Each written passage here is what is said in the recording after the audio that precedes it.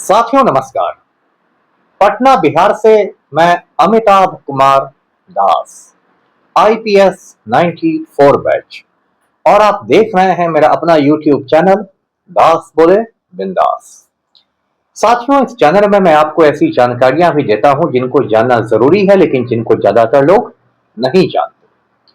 साथियों, भारतीय शतरंज में एक नए सितारा का उदय हुआ है।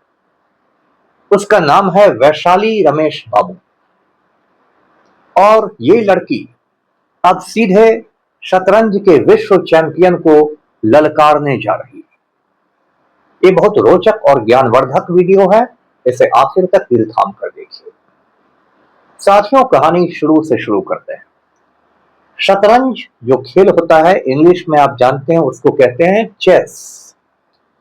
और शतरंज की शुरुआत हिंदुस्तान में हुई थी आज से सैकड़ों साल पहले, और शतरंज का शुरुआती नाम था चतुरंग।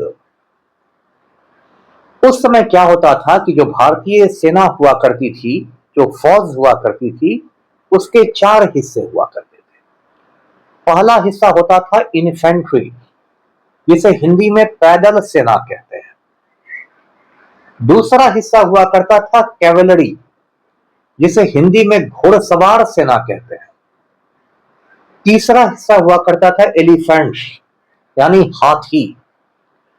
और चौथा हिस्सा हुआ करता था चैरियट्स, यानी रथ। रथ पर सवार होकर लोग लड़ते थे। तो भारतीय सेना के इन्हीं चार हिस्सों पर यह खेल आधारित था, और इसलिए इसका नाम पड़ा था चतुरंग। और इसमें जो अलग अलग गोटियां थी, वो अलग अलग किस्म की चालें चलती थी। बाद में ये जो चतुरंग खेल था, ये भारत से ही होता हुआ पर्सिया पहुंच गया, जिसे अब ईरान कहते हैं, और पर्सिया को हिंदी में फारस कहते हैं। पर्सिया में चतुरंग का नाम पड़ गया शतरंज, और फारस में राजा को शाह कहा जाता है। तो जब राजा हार जाता था, राजा की गोटी कट जाती थी, तो उसको शाह मात कहते थे, मतलब शाह को मात मिल गई। और इंग्लिश में शाह मात को ही चेकमेट कहते हैं। चेकमेट हो गया, इसका मतलब राजा भी हार गया और खेल खत्म है। उसके बाद ये जो शतरंज का खेल है, ये यूरोप और दूसरे देशों में पहुंचा, और धीरे धीरे बहुत ही ये पॉपुलर खेल हो गया, क्योंकि ये बहुत दिमागी खेल है। इसमें दिमाग की पूरी कसरत हो जाती है। साथियों, शतरंज के बारे में मैं बताऊं कि जब मेरी मैट्रिक की परीक्षा हुई थी दरभंगा में 1984 में, मैट्रिक की परीक्षा हो गई और कुछ महीनों की छुट्टी मिली थी रिजल्ट आने तक, तो मुझ पर भी शतरंज खेलने का जुनून सवार हुआ था, और मैंने भी शतरंज खरीद लिया। शतरंज की दो ही मेन बातें हैं। एक तो आपको हर गोटी को पहचानना है कि कौन राजा है, कौन वजीर है, कौन प्यादा है, कौन घोड़ा है, कौन क्या है। और हर गोटी की उसमें अलग अलग चाल होती है। जैसे घोड़ा जो होता है वो 2.5 घर चलता है, प्यादा 1 घर चलता है और तिरछा काटता है। हर की अलग अलग चाल है। तो शतरंज का बुनियादी उसूल सीखना बहुत आसान है। हर गोटी को पहचानिए और हर की चाल समझ जाइए, और उसके बाद तो ये ऐसा दिमागी खेल है जिसका कोई और छोर ही नहीं। साथियों, शतरंज का ये जो खेल है, चेस जिसे कहते हैं, उसमें एक जमाना में सोवियत यूनियन के खिलाड़ी बहुत ज्यादा हावी हुआ करते थे। और 1970 के दशक में पहली बार एक अमेरिकन, बॉबी फिशर नाम का अमेरिकन शतरंज का विश्व चैंपियन बना, वर्ल्ड चैंपियन बना। और एक रूसी खिलाड़ी है, सोवियत खिलाड़ी है, गैरी कास्पारोव। उसको दुनिया के इतिहास का महानतम शतरंज खिलाड़ी माना जाता है। माना जाता है कि दुनिया के इतिहास में गैरी कास्पारोव इतना बड़ा चेस प्लेयर कोई हुआ ही नहीं। शतरंज के खिलाड़ियों को इलो रेटिंग दिया जाता है, एक तरह से उनकी रैंक दी जाती है। और गैरी कास्पारोव ने जितना इलो रेटिंग अर्जित किया था उतना आज तक किसी खिलाड़ी ने अर्जित नहीं किया। साथियों, शतरंज जैसा मैंने बताया हिंदुस्तान से ही निकला हुआ खेल था, लेकिन हिंदुस्तान में ये कोई बहुत ज्यादा पॉपुलर नहीं था। लेकिन फिर स्थितियां बदली जब चेन्नई का एक खिलाड़ी विश्वनाथन आनंद विश्व चैंपियन बन गए, वर्ल्ड चैंपियन बन गए, और एक नहीं, दो नहीं, तीन नहीं, 5 बार विश्वनाथन आनंद भारत के वर्ल्ड चैंपियन बने। और विश्वनाथन आनंद के बनने के बाद शतरंज में फिर हिंदुस्तानियों की रुचि जागी। और विश्वनाथन आनंद तमिलनाडु के रहने वाले हैं, चेन्नई के। तो तमिलनाडु में तो एक तरह से नई क्रांति हो गई और बहुत सारे लड़के लड़कियों ने, छोटे छोटे बच्चों ने चेस खेलना शुरू कर दिया। सबका एक ही ख्वाब था कि विश्वनाथन आनंद बनना। और ये 2 भाई बहन हैं। एक का नाम है, जिसकी मैं कहानी सुना रहा हूं, बहन का नाम है वैशाली रमेश बाबू और भाई का नाम है आर प्रज्ञानंद।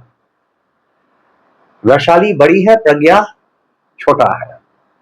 इन लोगों पर भी चेस का भूत सवार हो गया और ऐसा वैसा भूत नहीं सवार हुआ। आज की तारीख में ये दोनों भाई बहन चेस के ग्रैंड मास्टर हैं, यानी कि शतरंज में एक बहुत ही ऊंचा रैंक उनका है। वो दुनिया में भाई बहन की अकेली जोड़ी है जो भाई और बहन दोनों ग्रैंड मास्टर बन गए। अब साथियों, ये वैशाली रमेश बाबू जो है अभी क्यों सुर्खियों में है, क्योंकि हाल में साइप्रस में एक शतरंज प्रतियोगिता हुई थी। साइप्रस एक छोटा सा टापू है, एक छोटा सा देश है, भूमध्य सागर में है, मेडिटेरेनियन सी में है।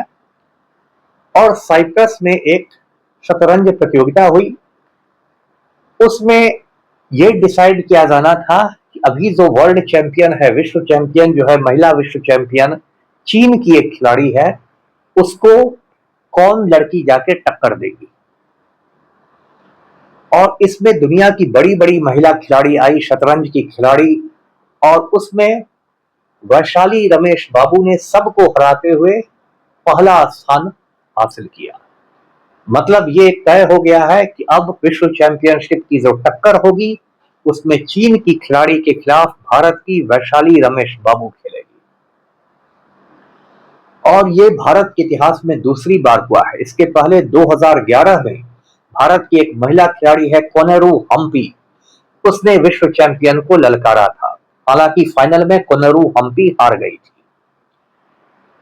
लेकिन वैशाली रमेश बाबू के जीतने के बाद हिंदुस्तान में जो शतरंज प्रेमी लोग हैं उनमें बड़ा उत्साह है और उनको लगता है कि विश्वनाथन आनंद पुरुषों के तो विश्व चैंपियन बने, एक नहीं 5-5 बार। हो सकता है वैशाली रमेश बाबू महिलाओं की विश्व चैंपियन बन जाए। साथियों, जब शतरंज की बात होती है तो एक कहानी जरूर याद आती है। मुंशी प्रेमचंद की कहानी है शतरंज के खिलाड़ी। उसमें लखनऊ के 2 नवाब हैं, एक है मिर्जा सज्जाद अली और एक है मीर रोशन अली। और दोनों को कोई काम नहीं है, दोनों दिन रात हुक्का पीते हैं, शतरंज खेलते हैं और शतरंज में ही पूरा मगन रहते हैं। और ऐसे मगन रहते हैं कि अंत में दोनों में झगड़ा भी होता है, दोनों तलवारें भी निकाल लेते हैं। और इसी बीच अंग्रेजों की फौज लखनऊ में आ जाती है और लखनऊ के नवाब वाजिद अली शाह को गद्दी से उतार देती है। ये मुंशी प्रेमचंद की बहुत एक पॉपुलर कहानी है शतरंज के खिलाड़ी, जिस पर सत्यजीत रे ने एक फिल्म भी बनाई है। आप जानते हैं कि सत्यजीत रे दुनिया के सबसे मशहूर फिल्म निर्देशकों में से एक थे। उन्हें ऑस्कर अवार्ड भी मिला था, जो सिनेमा की दुनिया का सबसे बड़ा सम्मान होता है। सत्यजीत रे ने जितनी भी फिल्में बनाई वो सारी बांग्ला में बनाई, बांग्ला भाषा में। हिंदी में उन्होंने सिर्फ एक फिल्म बनाई और वो फिल्म है शतरंज के खिलाड़ी। कभी मौका मिले तो इस फिल्म को जरूर देखिए। इसमें संजीव कुमार और सईद जाफरी ने काम किया है। एक बने हैं मिर्जा सज्जाद अली और दूसरा बना है मीर रोशन अली। और अमजद खान जो थे, शोले में जो गब्बर सिंह बने थे, वो इस फिल्म में लखनऊ के नवाब वाजिद अली शाह बने हैं।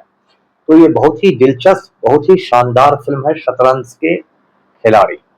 साथियों, वैशाली रमेश बाबू की कहानी मैंने इसलिए भी सुनाई कि शतरंज का खेल एक बहुत दिमागी खेल है, और मैं चाहूंगा कि आपके घर भी कोई छोटा बच्चा हो या आपके आस पड़ोस में भी कोई छोटा बच्चा हो, तो उसको आज ही आप एक शतरंज खरीद के जरूर लाइए और उसको शतरंज सिखाइए। आजकल तो वो यूट्यूब से भी बच्चे शतरंज सीख सकते हैं, ऑनलाइन शतरंज खेल भी सकते हैं, और बहुत बच्चे हैं जो कि 3 साल की उम्र से ही शतरंज खेलना शुरू कर देते हैं। हो सकता है आपकी फैमिली में भी कोई विश्वनाथन आनंद या कोई वैशाली रमेश बाबू छिपी हो। वीडियो को लाइक कीजिए, शेयर कीजिए, चैनल को सब्सक्राइब कीजिए। धन्यवाद। जय हिंद।